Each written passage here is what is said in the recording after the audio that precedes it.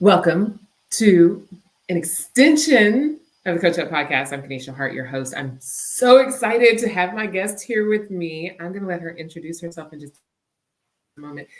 But we're going to be talking about all the secrets that you don't know that you need to know to grow LinkedIn. Sybil, will you introduce yourself? Tell people who you are and what you do. Absolutely. I am on a mission to help as many female founders as possible build global brands doing what they love. I have been called the brand cultivator, the brand architect, a TEDx organizer, and coach. So, that is what I do. But I specialize in helping female founders build authority in industries they already love. Now, one of your specialties, I'm assuming where you help people, is on LinkedIn. Yes. Yes. And you are a brand guru. And so we know that branding is so important on LinkedIn. Yeah. So I want to start with, because our focus is LinkedIn today, I want to start with what you would challenge people with and what you would tell people to do with their branding on LinkedIn in order to start attracting the audience that they want and the people that they want. And as we talked about, the things they need to fix or get rid of. Absolutely. So LinkedIn is unlike any of the other platforms because it didn't start out as a true social media, right? Like it started out as a business thing where you make connections, but as it's grown, it's now turning into the number one place where business to business transactions happen. And so one of the things I like to tell people is 41% of LinkedIn users are millionaires. So if you are looking for a book of business, that is the platform that you want to be on, right? Like I want to connect with these people. Yeah. Another little known fact is only about 3% of LinkedIn users post regularly, and regularly means 3 to 5 times a week. So there's such a gap between the services people need, the people who are showing up regularly, and what's happening in the middle. So I would say number one, post regularly, post consistently, and be honest with yourself. If that's where your buyers are, learn the platform. And the other thing that I want to say is post COVID, especially, and I love statistics. So y'all can hold me accountable to every single thing I'm saying. I promise you that visible experts earn up to about 13 times more than non-visible experts. Why? Because people want to work with thought leaders. So if you think of LinkedIn as your opportunity to position yourself as a thought leader, you will be 80% more likely to not only generate that new book of business, but have recurring revenue because people are brand loyal now to people as the brand rather than the brand product themselves. And so what we're seeing is if you're able to build that consistency and that clarity in your message, you're 23% more likely to have a noticeable personal brand that stands out on the platform. Where are you getting these statistics from? Oh, I love statistics. So you can check HubSpot, you can check Hinge, you can check any of the major marketing platforms, and all of them will have these exact same statistics. And so I'm like, okay, got to be on LinkedIn. You got it. I'm so glad you said that because one of the reasons that I started paying attention to LinkedIn, I went through a LinkedIn challenge on how to learn to grow your audience on LinkedIn. And the leader said, if you're hanging out on Instagram, know the median income of Instagram user versus LinkedIn. And you just said 41% of users on LinkedIn are millionaires. Did not know that. What she said was Instagram, where people want to spend time and create reels and do all this because we get instant dopamine hits because it's right quick. That average median income is 23,000, and on LinkedIn it's over 100,000. And I said, let me shift my attention. But now you've said 41% are millionaires. So my question, Sybil, is if only 3% are posting, 41% are millionaires. How do people connect to those individuals who have the money that we want to help them invest in us and our ideas to help them grow that money? Absolutely. So here's what I tell people. The people who are liking and commenting your post are creating reach. The people who will want your services will probably never like, comment, or post at all. And so it is your job to be diligent in how you show up every single time, because I've had so many clients who said, Sybil, I've been watching you for months. They are watching to see, are you going to continue to show up? They might never like, respond, repost, click, none of it, but they are watching, and you will see a message hit your DM that says, hey, are you free to speak? And it's $10,000. I've already seen what you can do because you had videos for the last 3 weeks or last 6 weeks. It happens every day. So it is about being intentional, building your brand, and being consistent in who you serve and how you're going to show up. People are watching. That is a good reminder for me. Thank you. Now, how people find you is your profile, part of it, right? And there's some other strategies that we'll talk about, I'm sure. But when we talked, you talked, Sybil, about redoing, customizing your profile so that LinkedIn can make sure it's sending you and showing your profile to people who are part of your audience. So can you talk about some of the things that you shared about what you need to get rid of, what you need to add? I know. And so, right, I pivoted my entire brand. I tell people, like, do not destroy the brand if you don't have to. I destroyed my entire brand because the first half of my life I spent in global corporations. And so I had to sever that entire brand and recreate the version that is the brand architect today. Now, if you've got something working for you, I need you to just blow it up, right? But consistent hashtags. LinkedIn will start sending you things that they think are important to you, and they want you to start engaging and commenting on it. Making sure that you, Hashtags still work? Hashtags still work. Okay, I'm sorry. Go ahead. Okay.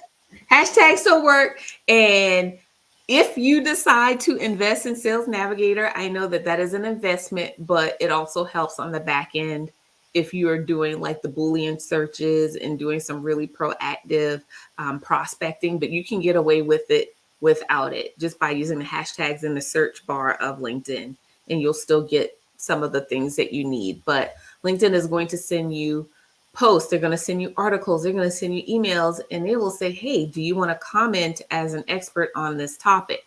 So you've got to feed the algorithm information so that way it knows what you might be a thought leader in, and then it'll start feeding you recommended connections based off of the things that you post, the way you post, and the type of content that you're producing. So it's going to look at where you're located. It's always going to push, which is why having a robust profile is so important, right? It's going to push first regionally, and then it's going to push like, hey, you might know these people if you went to this college, and then it's going to push, oh, I see you always use these keywords. Here are people in your industry, or here are people who are in your industry. Here's who they follow. Here are the influencers they love.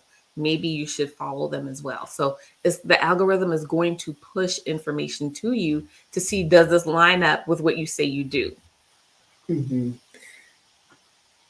I hear all of that, and I want to ask, how much time do I have to spend? But we're not going to get there yet. You said to potentially, if you need to, blow up your profile, restart, and that's what you did. When you did that, did you take off things, or did you leave all your corporate information and then build your business information on top of that? Both. So I took off anything that was a corporate post, like I'm posting on behalf of my former employer, and I took down every single thing in my about me section and all of that, and I started putting my business information there. If it was more like generic engagement, I let those things stay, because at the end of the day, I tell people, like, people are only going to scroll 2 or 3 times, right? So the name of the game is, how many scrolls of information do you have that looks like the you that it is today? That's what people are going to see. Nobody's scrolling from my post that I did from when I first went on LinkedIn in 2014. No one's searching for that one. What they are searching for is this newness. The other thing that I recommend, especially if you're trying to, get traction quickly, is once you have 500 connections, which everyone should have on LinkedIn, start a newsletter. That is the fastest way to be inside people's inbox and top of their minds. Start that newsletter, do it consistently, and you can watch some organic magic happen as well. And then the other thing that I recommend is join groups or remove yourself from groups that are associated with you. So like I left all the corporate groups, all the HR groups, and then I started, what did I do? I started joining branding groups and marketing groups and sales groups. And so, yeah, even looking at groups on LinkedIn as well as an opportunity to amplify your brand is a great way to be in front of the people who need you. A newsletter sounds like a lot of work. Can you create it in LinkedIn? Mm-hmm. Do Yeah, there's a you, LinkedIn feature said newsletter, write an article. And the great news about writing an article in LinkedIn is that it is searchable in Google. So like you're gonna have your LinkedIn tag if Google happens to pick it right, because it's also a search engine, and now it's findable on Google. So you're feeding all of the machines at the same time.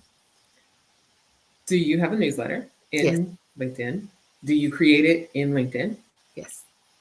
Do you I'm thinking of newsletter and I'm thinking of all the bells and whistles that make me tired already, such as pictures and sections and multiple different topics. Do you do that? Or I do don't. you?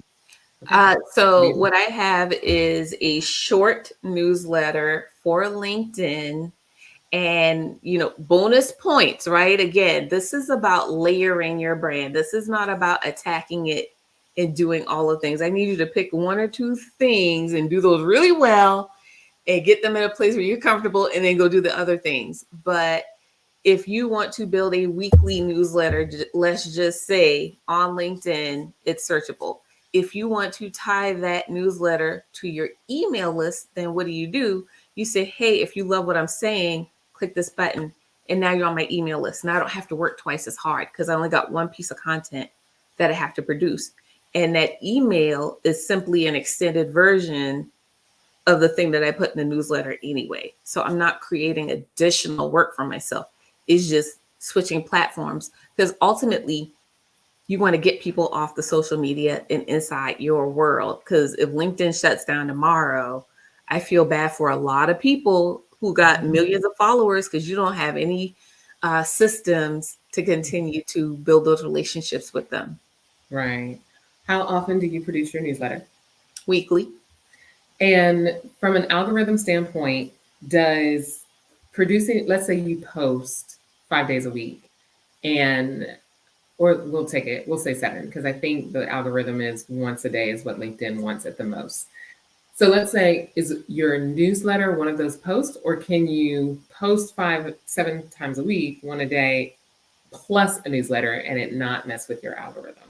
So yeah, the newsletter counts as a post. If you host a LinkedIn Live, that counts as a post. If you host an event, that counts as a post. Okay. So if you are one of those people who weekly decides to do an event, well, that event is your post. And then if you go live, that is your post. Okay. Now, instead of thinking, oh, I got to do 7 pieces of content, well, now, no, you really only have to do like 3 or 4.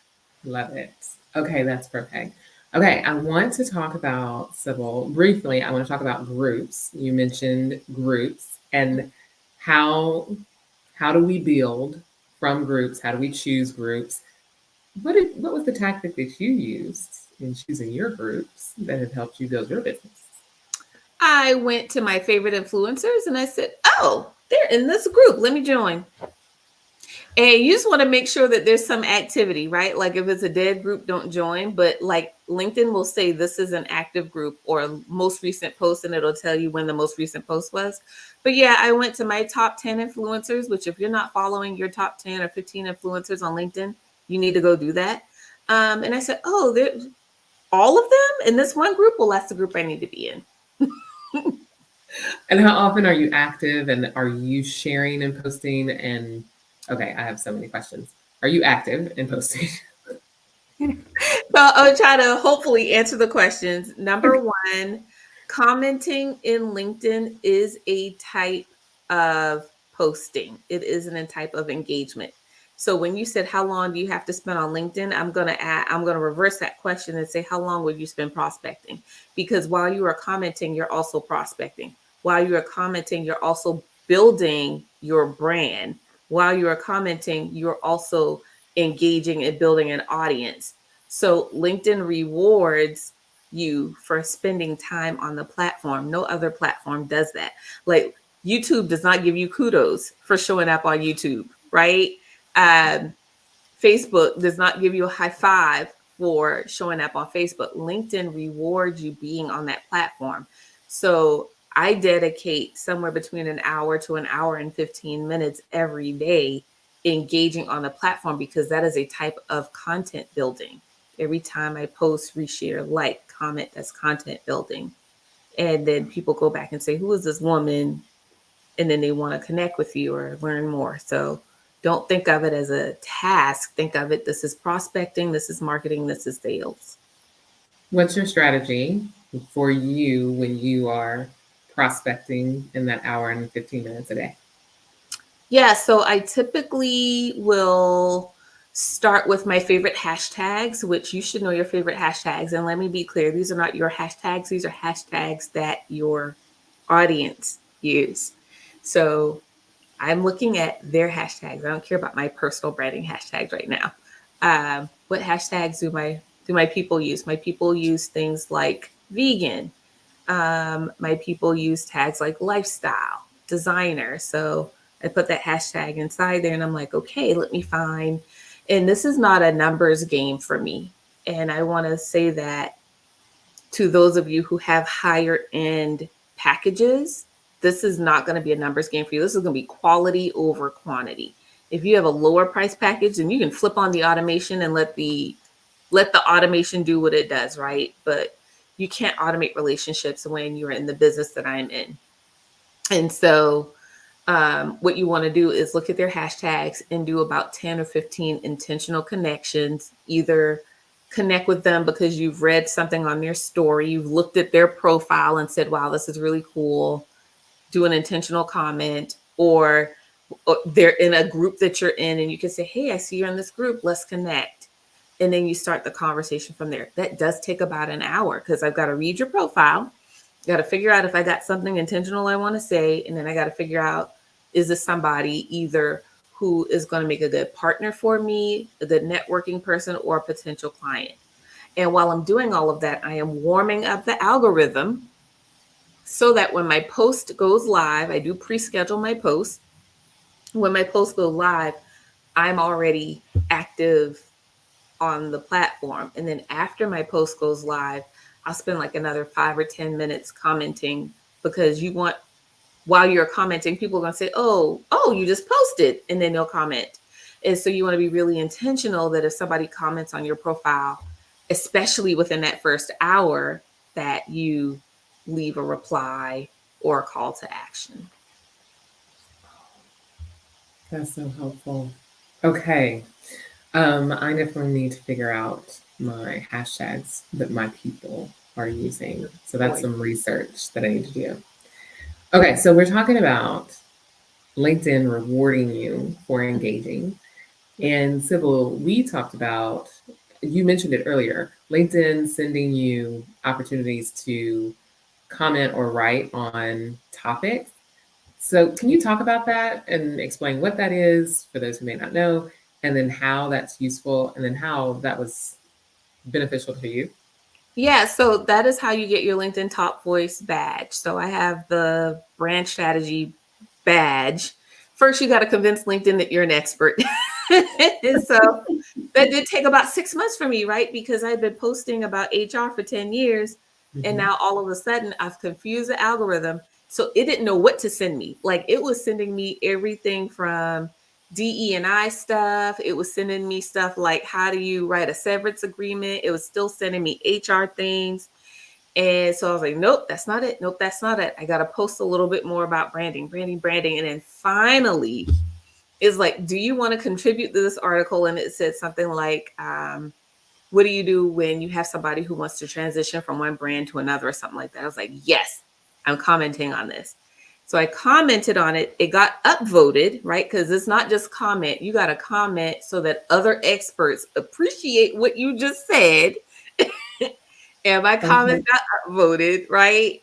And then a couple of days later, LinkedIn was like, people liked what you said. Let's do this again. And then it was like, what are your strategies for building a brand? And I'm like, commenting, contributing to this article too. And then my comments got upvoted again. So it is little secret here. You want to be either the first to comment in the category, because there's usually 4 or 5 categories when you're contributing to an article.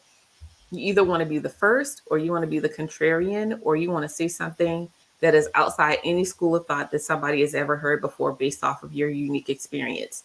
And so lucky for me, I am not formally trained as a marketer or a salesperson. So I was contrarian to everything everybody was saying, because I was like, I believe none of what y'all are doing.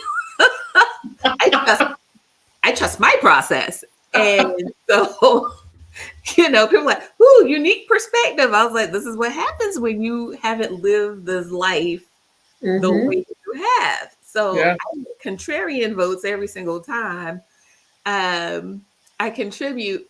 And then the other thing is this: you don't know when LinkedIn is going to give you that badge. Like, they snuck into my DM and was like, hey, here's how you keep your badge. I'm like, what badge? What's this? What's this badge you gave me? So once you get your badge, you have to actually keep it. So it's not like you contribute, and then stop.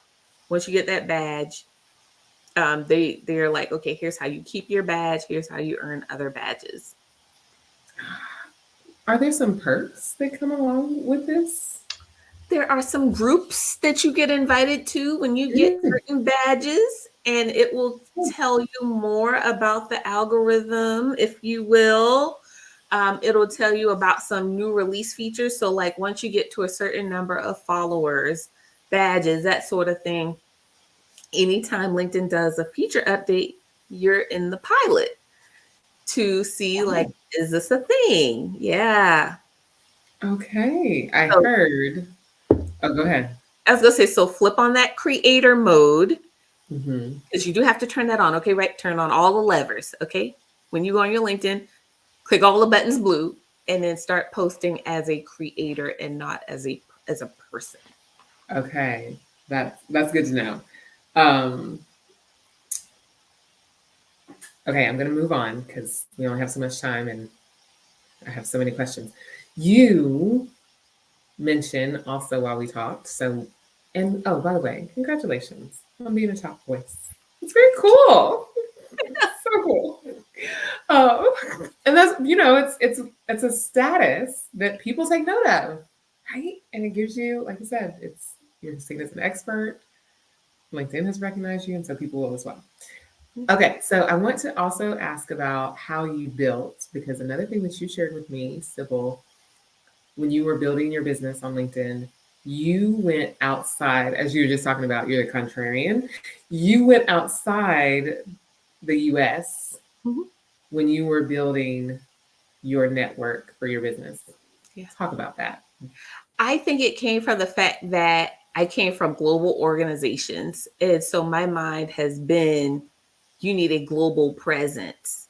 So when it came time for me to start building my brand, and people were like, oh, you've got to take advice for what it is. And people said, well, what you need to do is you need to start following other brand strategists and grab their audience. And I was like, I don't know how I feel about this, right? Like, I think we should all eat, right? Like, we should all have a business. And then I thought about it for a second and I said, well, how can I make this make sense so that I don't feel like I'm in competition with someone else? And I was like, well, what if I go global so that these other people know I exist? I'm not competing for the same attention as the woman in my backyard, and I'm still building the brand that I want to have with intention. So I started connecting with people from India and Africa and in Asia and all of these other places, so that it didn't feel like you're taking my people from me, even though we share an audience, right? Like, I'm building my reputation as a global brand. I got invited to speak at a global sales summit from a lady in Africa because why? She was like, you never, right? Like, I'm not going over there. I might come visit, right? But like, there's no competition here. And she was like, "Do you want to speak at my summit?" Absolutely. Right. So, thinking differently about how to approach the good information that people give you based on your background, I think is key. I don't know if anybody else would have thought about it in that way, because I was like, I'm not going to steal business from the lady down the street. I'm not doing that. Mhm. So looking at how you're building brand with intention and what your end game is. And my end game is to be a global brand. My end game is to help other women build global brands. So why not lead by example? If that's not your lean, don't do it, right? Like if you want to be the local celebrity, please go do the things, but that's not my lean. Yeah. How do you find, or how did you find individuals who were not in the United States? How do you search for that? You can search by country in LinkedIn, location, country. Yep. Did not. No, this is outside of Sales Navigator. Outside of Sales Navigator. Did not know this. I should have had you just bring up your screen and share stuff, but it's too late now. But maybe we might come back and do it. Okay. I want to take the last few minutes, Sybil, and I want to ask you two things. The Okay. first one is, what other secrets do you have to share that are contrarian, people don't typically know about LinkedIn growth? And maybe specifically more stories from what you've done to grow your business on LinkedIn. Yeah. So first, if you have never used Sales Navigator, I'm gonna say this loosely. Okay, don't hold me to it. But if you have never used Sales Navigator, chances are they will give you a freemium or a major discount because they want you to use the tool. Okay, so Sales Navigator is like 99, $100 a month.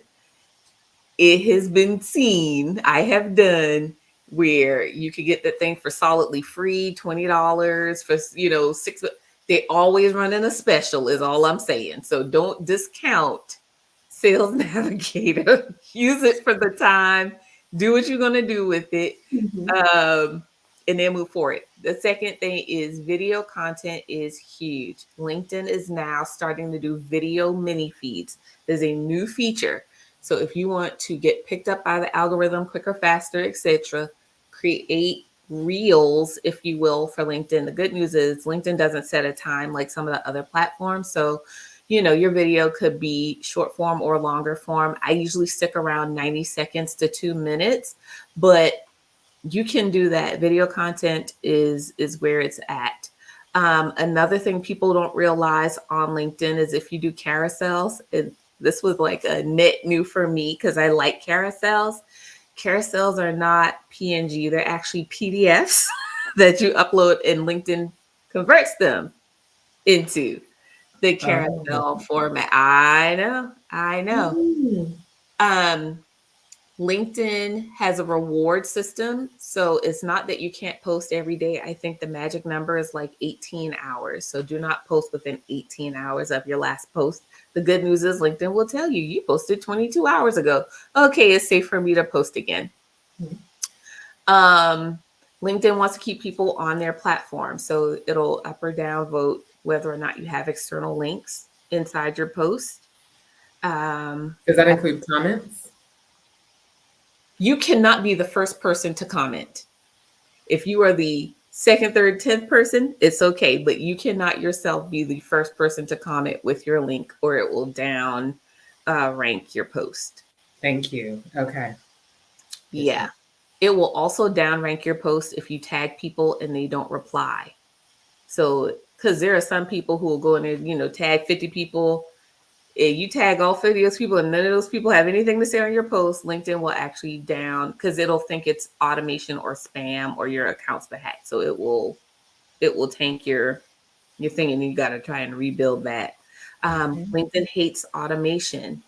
And so for those of y'all who are automating things, if LinkedIn's algorithm figures out you're automating, it will suspend your account as well. So you've been warned. Um, I have never been, let me also be clear. I do not automate. So I built my thing the right way. I play by the rules. I play by Okay. the rules. If you comment, it needs to be quality comment. It can't be yay, hooray, cheers, woo. Like LinkedIn wants to see that you're commenting with intention and asking questions and engaging with posts thoughtfully. And so, yeah, that would be what I would say. If you're in groups, share educational content and just be really intentional about how you're building and growing your brand. But I recommend limiting how many contacts you do, because that's also a red flag for the algorithm. Is if you send too many contacts per day, it'll flag you. So somewhere around 20 or so per day is reasonable for the algorithm to know that it's still a person behind the machine. Oh, that's still quite a, I mean, that's not a ton, but it's a decent amount, especially if Yeah. you're building. Do you need that many, right? Like I go back to, what are you trying to build here? If your funnel, again, what kind of business are you running? Do you have capacity to take on 200 new clients tomorrow? Right. Then why are So, you sending out 1,000 contacts, right? Like let's be sensible about this. yeah, that makes sense. Those are all extremely valuable techniques and tips that we need to know. So, thank you. What I want to wrap with, I said two questions. Now it's turned into three while you were talking. This is the last question about LinkedIn, and then I want to talk briefly about more about what you do and how you help founding women. So, my last question is, you mentioned you were invited to speak because of your interactions and connections globally and your posting.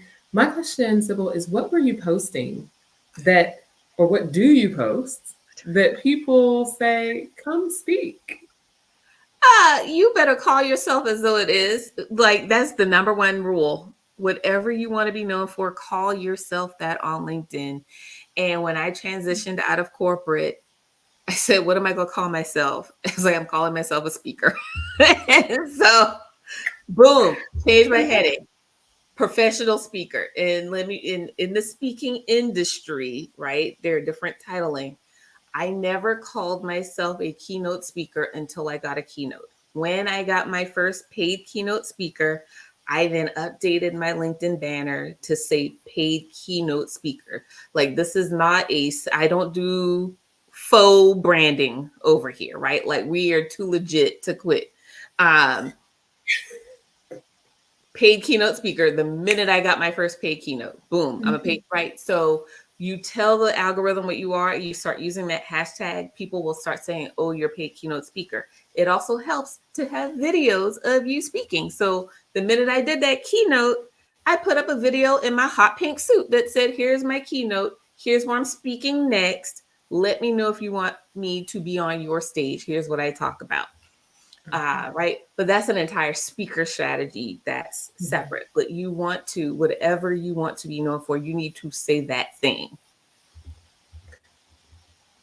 Easy enough. Transition. Easy enough to update. Yes. Consistent with the posting. Love that.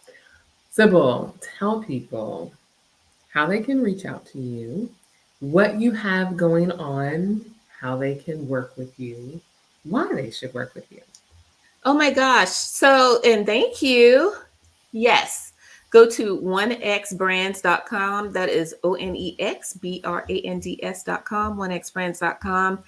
And check out the work that I do. I create iconic brands for female founders. If you want to follow me on LinkedIn, it's at 1X Brands as well. So that's another tip. I see a lot of people still don't do. You can change your URL. Please go do that, okay? Because otherwise, LinkedIn is going to give you the generic alphanumeric thing. Go on here, say linkedin.com, change that / and put your either first name or last name or the name of your business. Quick fix to be findable. I am starting my LinkedIn Live series tomorrow, and that's going to go on for 4 weeks. And then I am launching a new group cohort starting October 15th. So you're the first person for me to actually confirm what is happening on October 15th. Yeah. I know it's going to be 12 women, highly, highly, highly touch point.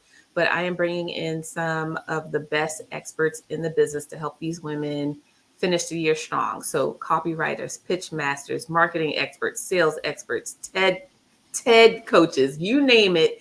These women are going to be partnering with these 12 women to help them build whatever it is they want to build before the end of the year and get them set up for 2025. That sounds powerful. It sounds like it's going to be a momentum game changer for a lot of women. Kudos to you. You know, as we get into the new year, too often people say, I've not met my goals. I'm not even close. I'm just going to take the rest of the year off and I'll plan for next year. But Yeah. you are saying quarter four, we putting in work. We putting in work. I'm gonna go. I'm already booked to speak through March. Okay, like if you want to do this thing for real, you need to be booking 6 to 9 months in advance. There should no there's all this ebb and flow foolishness, and no, that's not what we're doing. Spoken like a true brand master. No, Consistency it's, is key. that's it. Consistency and clarity. Just That's it. consistency and clarity. I love it. Any last thoughts, Miss Sybil, before we sign off? Oh my goodness, this has been so amazing, y'all. It's been such a pleasure. Own your brand. I don't know how else to say that. Like, ask yourself the question, is this what I want to be known for? If you want to know the secret to great content, to building a brand, before you post, before you get dressed in the morning, when you wake up, is this what I want to be known for? And then go do that. It makes life a whole lot easier, because building a brand is not about creating a caricature or this alternate reality of yourself. It's about leaning in to who you already are and making sure the right people know that you exist. That's what building a brand is. Can't say any better than that. You all have your homework. Let's That's go. right. They have the assignment. And